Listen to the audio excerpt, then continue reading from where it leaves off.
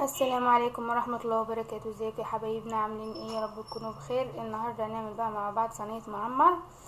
معايا كيلو معمر، كيلو لبن، ومعايا قيمة كوباية رز او كوباية ونص، ومعايا معلقتين سمنة بلدي، ومعايا طبق كبير كده في قشطة، ومعايا معلقة ملح.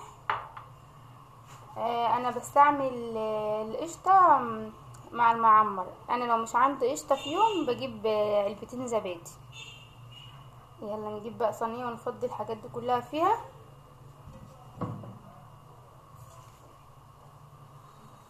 بسم الله.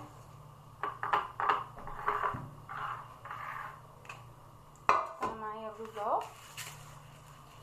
انا غاسله الرز وكنت نقعاه كده قيمه 10 دقايق.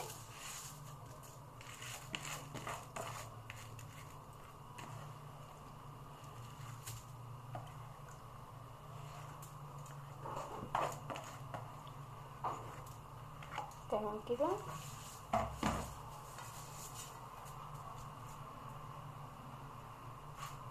نجيب بقى افضي القشطه قبل من اللبن، علشان انا لما اجي افضي اللبن القشطه مش تكون متراكمه كلها في مكان واحد.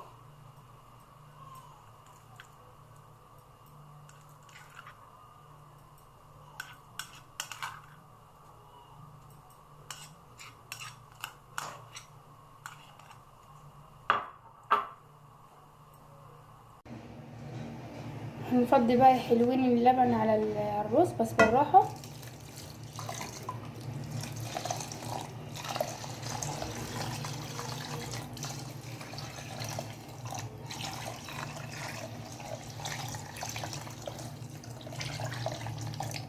فضينا كل الكميه.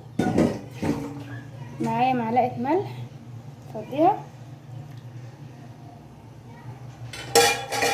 معايا معلقتين بقى سمنه بلدي.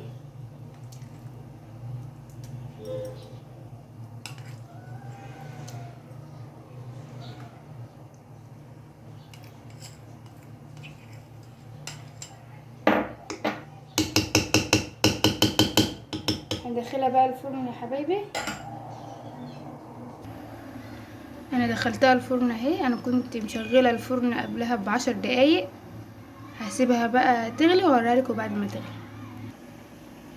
كده يا حبايب قلبي هي بتغلى اهو وهتنشف.